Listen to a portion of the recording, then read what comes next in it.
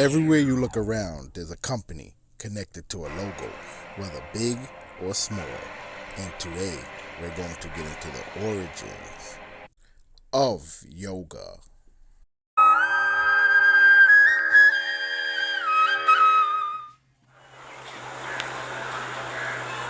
15,000 years ago, a yogi appeared in the upper regions of Himalayas.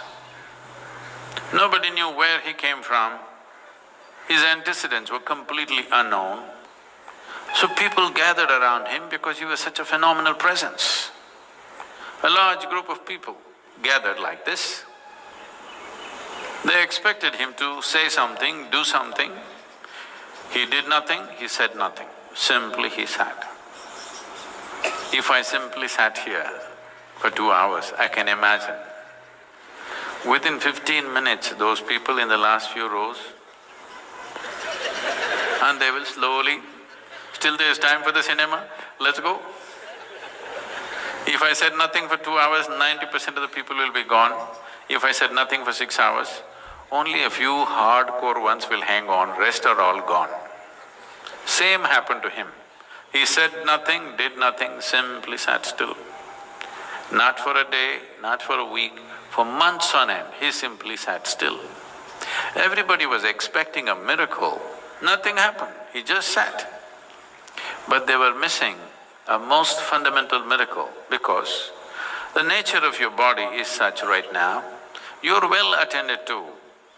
You had lunch in the afternoon and maybe you snacked in the evening and so that you don't fall asleep, you had a coffee and maybe you have something in your bag. So many things. All these things are being attended to, so this is fine. Suppose we just make you sit here for 4 hours. Sadhguru, at least some water? Okay, drink water. After drinking water, can we just sit here, Sadhguru? That one? Okay, do that and come. Sadhguru, okay, if you give this, the next one, no permission, this'll just go.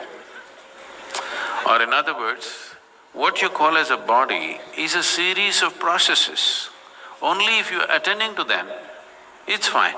If you don't attend to it, then you see what a trouble it is.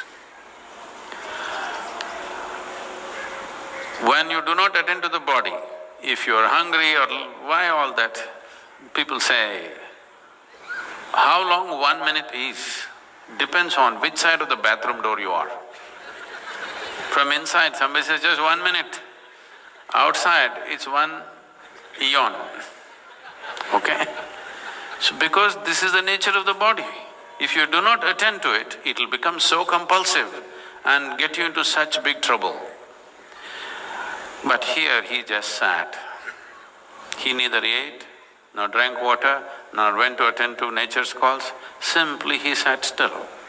People could not even make out whether he's alive or dead. The only sign of life was, off and on, tears of ecstasy were dribbling down his cheeks, otherwise he simply sat unmoving. Then only 7 people hung on. They realized the miracle of him sitting here like this. Because if he has to sit here like this, he has transcended physical nature, otherwise you cannot sit like this.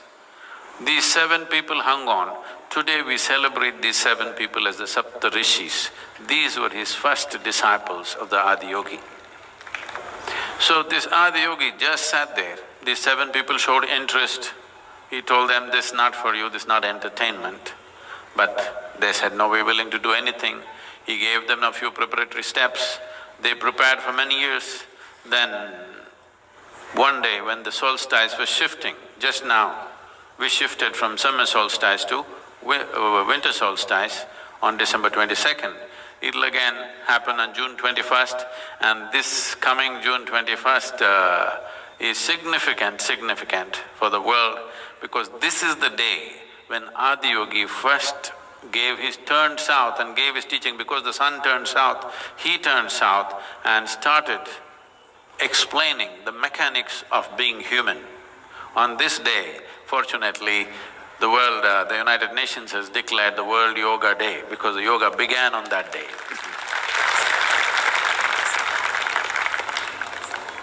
This incredible process of exploring the human mechanics went into the process. This predates all religion.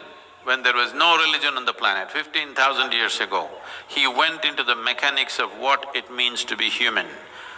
And various aspects happened. He opened up 112 different ways in which a human being can attain to his ultimate nature. And when people asked, especially his wife Parvati asked, why not more? Why only 112? Then he said, if you are rooted in the body, there are only 112 possibilities. If you transcend the body, how many atoms there are in this universe? That many doorways are there if you're willing to explore it.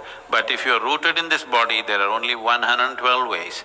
And the whole yogic system subscribes to this even today because nobody has found more ways. Any number of yogis have explored in 1,000,000 different ways, but there is no other doorway. In this body, there are 112 ways into which you get there. So for this, how to generate this, how to make this work the way you want it. So this whole mechanics, he started, Adiyogi explored for many years, and he gave this elaborate knowledge to the world, and then asked these 7 people to go in 7 different directions in the world.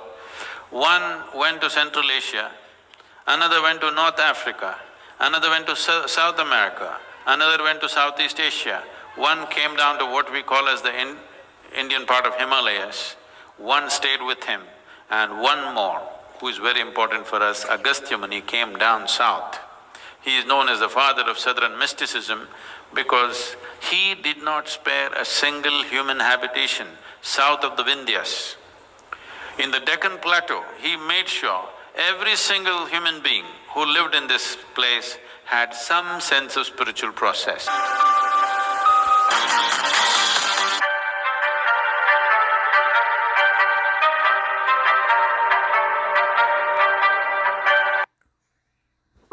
Inhale, bring up your right leg. Exhale, knee to chest. Inhale, right leg up, knee to chest. I am feeling lonely, and I wanna admit it's time to end the ride.